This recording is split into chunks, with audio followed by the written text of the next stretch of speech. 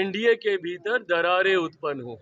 आज मेरा इस बात का कहना और उसको किस तरीके से प्रस्तुत किया गया, ये अपने में दर्शाता है कि कई लोग हैं जिनकी मंशा है कि किसी भी तरीके से चिराग पासवान एनडीए से अलग हो जाए।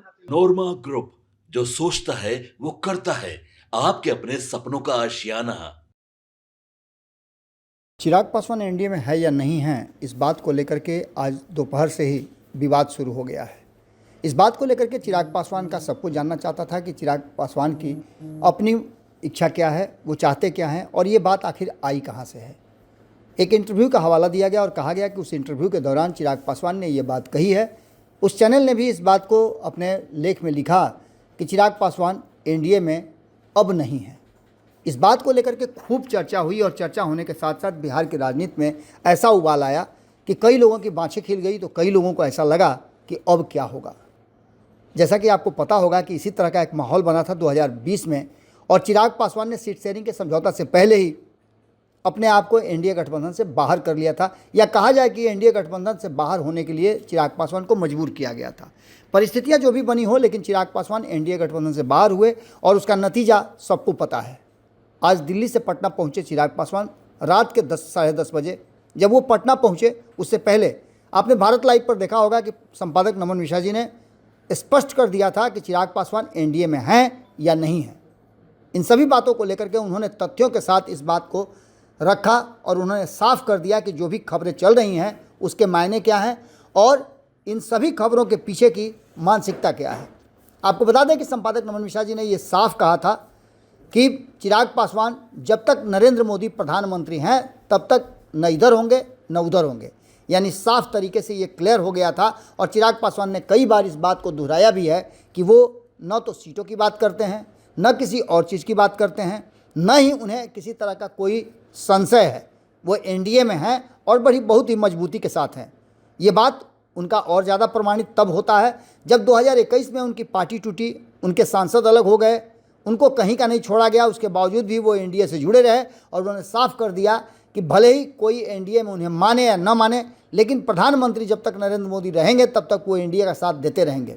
इसका नतीजा भी आपको याद होगा कि जब जब भारतीय जनता पार्टी को ज़रूरत महसूस हुई, चिराग पासवान से आग्रह किया चुनाव प्रचार करने के लिए भी और उपचुनाव में उनका सहयोग भी मांगा। इन सभी बातों को आपने लगातार देखा होगा। अब जबकि चिराग पासवान पटना पहुँचे तो जब हमारे रिपोर्टर ने उनसे सवाल किया तो उन्होंने बड़ा ही स्पष्ट तरीके से ये जवाब दिया।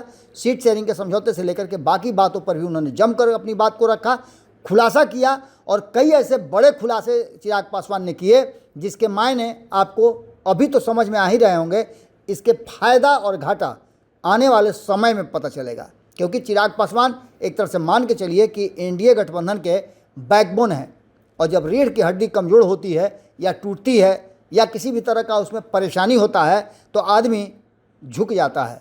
एनडीए गठबंधन अगर फैसला लेने में कोई भी गलती कर बैठी या सीट शेयरिंग के समझौते से लेकर के अन्य चीज़ों को सामने लाया गया और चिराग पासवान को एनडीए गठबंधन से बाहर होना पड़ा, तो ऐसी स्थिति में आपको पता है कि होगा क्या। 2020 से भी बदतर स्थिति होगी। और इस बात को हम नहीं कह रहे हैं, बल्कि जितने भी सर्वे के आंकड़े हैं वो ये साफ साफ चीख करके कह रहे हैं कि चिराग पासवान एनडीए गठबंधन की बैकबोन हो गए हैं। इस बात को अच्छी तरह से एनडीए गठबंधन के घटक दल भी समझते हैं और चिराग पासवान को भी ये पता है कि उनके लिए फ़ायदे का सौदा एनडीए गठबंधन में रहना ही होगा। तो ऐसी स्थिति में चूँकि चुनावी साल है, विपक्ष को भी कोई मसाला चाहिए और मीडिया को भी कहीं ना कहीं टीआरपी बढ़ाने के लिए काम।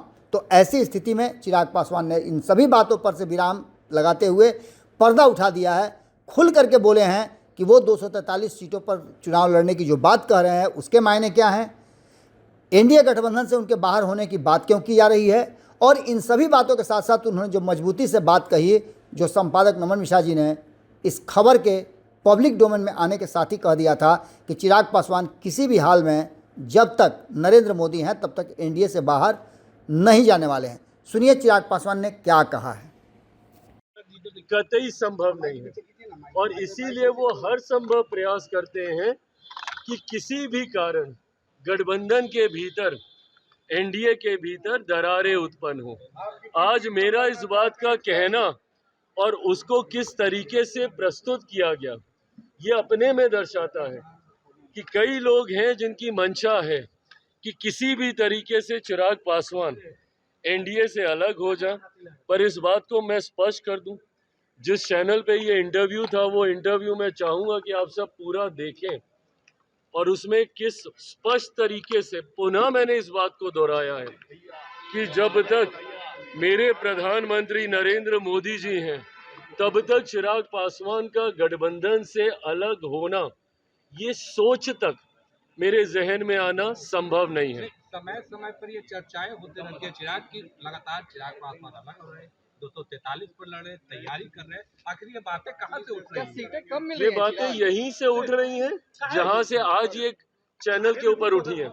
जो आप कहते नहीं हैं उसको किस तरीके से प्रस्तुत किया जाता है, आज उसका उदाहरण हम लोग को देखने को मिला है। तो क्या सीटें कम मिल रही हैं क्या? प्रभु, सीटों की चर्चा शुरू होगी तब ना कोई बात होगी। आप मुझे कोई एक चर्चा दिखा दीजिए जो सीटों को लेकर गठबंधन के भीतर हुई हो। गठबंधन में जब तक चर्चा नहीं है सीटों को लेकर, अरे प्रकाश भाई, इतना आसान होता इसको बता देना सार्वजनिक तौर पर तो अभी तक सारे दलों ने अपनी अपनी घोषणा कर दी होती। मैं एक मर्यादित गठबंधन में हूँ। गठबंधन की मर्यादा कहती है कि ये तमाम विषय गठबंधन के भीतर पहले तय होंगे और फिर सार्वजनिक चर्चा होगी। समय अब कम। अरे प्रभु, सवाल पूछा, हम जवाब दे दें?